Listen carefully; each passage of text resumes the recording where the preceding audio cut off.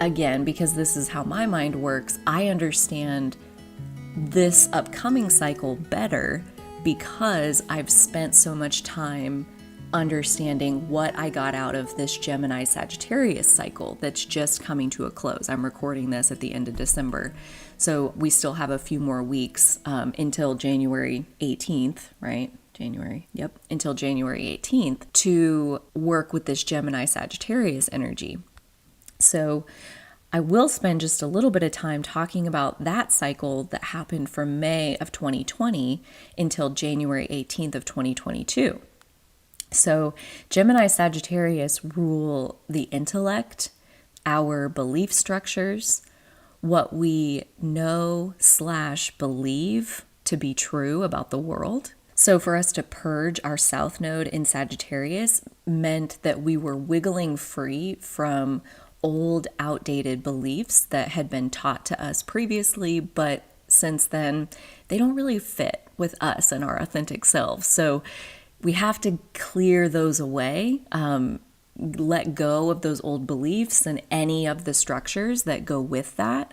Think about like structures and beliefs can be tied together. Like, if, for instance, you're no longer believing, you're no longer having faith in whatever religion you subscribe to, chances are you're probably not going to go to church. And that is a huge structure for most people who are going to church on a regular basis. There's friends there, there's other support systems that exist through the church. So to have your religious or philosophical beliefs evolve such that you no longer resonate with the religion where you're finding all of these other structural support for your life, that Sagittarius, it sounds like, oh, beliefs, like easy peasy, like it's not happening in the earth realm, but the repercussions of evolving beliefs will play out into the earth realm. And that's a lot what we're seeing as we go from this last cycle to the Taurus Scorpio one. And to overcome those old belief structures meant that we were building Gemini. The North Node was going through Gemini. So that meant exploring those highest frequency places of Gemini energy. And as much as Gemini gets a rap for being chatty, the highest frequency of Gemini is actually their ability to listen, their ability to observe and absorb like a sponge their environment, whatever that is. And so the highest frequency of Gemini is total, open, unbiased, unblocked ability to pay attention. It is perfect attention on whatever is standing in front of you. And it's easy to think like, I pay attention, I'm taking in everything all the time. Like probably you're taking in a lot of stuff, no doubt about it. But the lower frequency of Gemini is guiding your attention by your own biases. So it's like if you have a bias that says this certain race or this certain gender or whatever it is bad, and then you see somebody standing in front of you who's telling you something important, how likely are you to listen? So like you just, that's the biases kind of shutting down your ability to pay attention. If you think someone is not intelligent, if you think they are less than you, if you've already made that conclusion, your ability to pay attention to them and to soak up what they have to say and to listen intelligently to their side of the story, it's like non-existent. So the lowest frequency of Gemini is nonstop talking, where all you can do is repeat what you've already heard and like just spin it into cycles of like telling the same thing over and over and over again, where the highest frequency is constant listening, constantly absorbing more and more new stimuli from your environment. Again, whatever that is. Free of judgment, free of shutting down your ability to pay attention because you don't think the source is credible.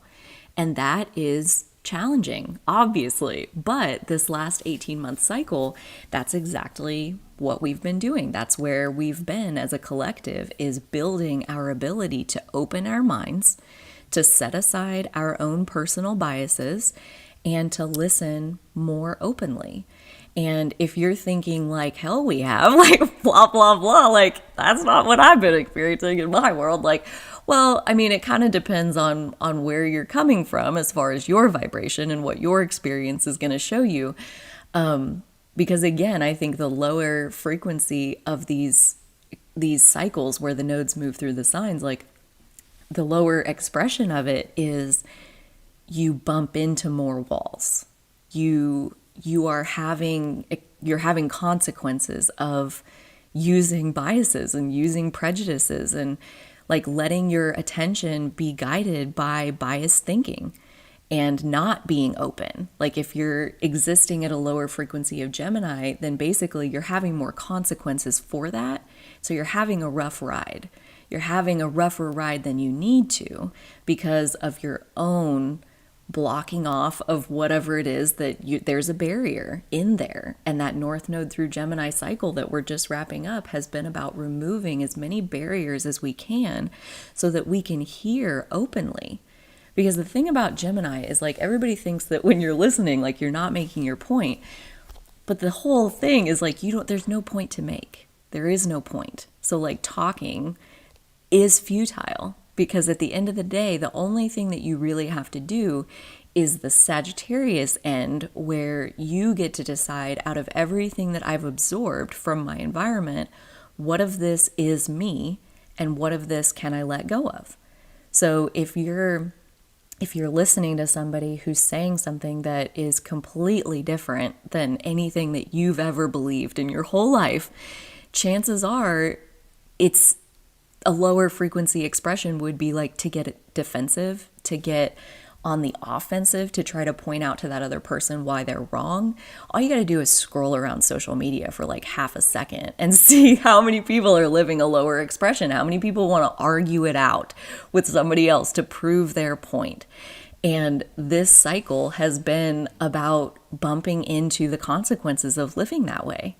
So Gemini Sagittarius like has opened us up, has gotten us to see our belief system more clearly, has gotten us to see like what are we holding on to that really doesn't even belong to us, that we could let go of and we could have more open space. I don't have to get so riled up about this, it's really not any of my business. And the ultimate benefit of this openness is that out in the world, we are able to find nuggets that expand our truth, that add to it in new and beautiful and so delicious ways. Like there's so much out there that we block ourselves from receiving because of our own personal biases. We get it in our heads that it has to look like this. It has to happen this way. I need to get married by the time I'm 31. I need to, like any kind of external needs that we impose on ourselves is like the exact opposite of being open to the path and letting what we want reveal itself to us through whatever path the universe is able to deliver it.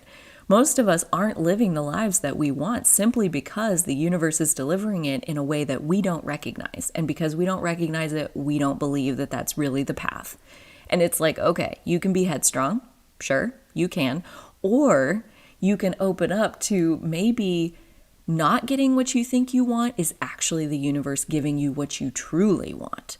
So this Gemini Sagittarius has really like tried to shake the foundation of our belief system and get us to look at it more clearly, more honestly, from a more like emotionally detached perspective of what works best for me.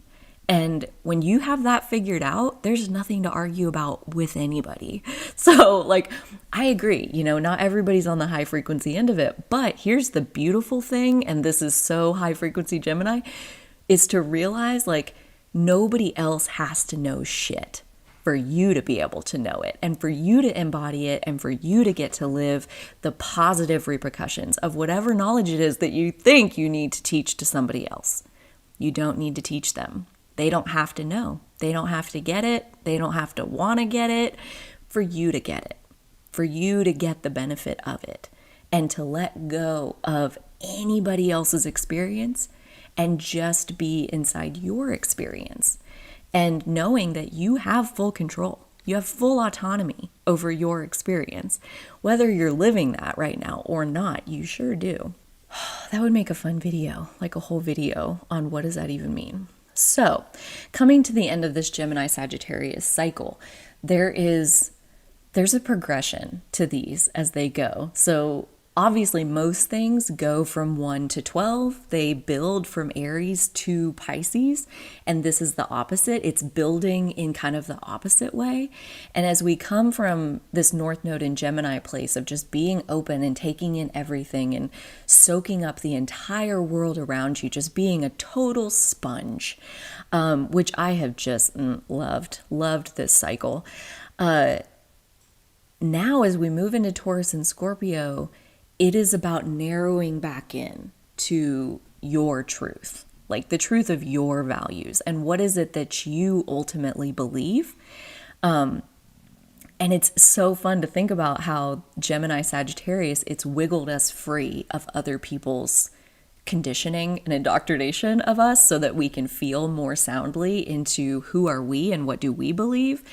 And then this next cycle is where you take every ounce of all the work that you've done in this Gemini Sagittarius period, and we're going to bring it into Taurus Scorpio, where we get to really root into not only the expansion we've created, but we get to deepen the release of what we've begun in this Gemini Sagittarius cycle.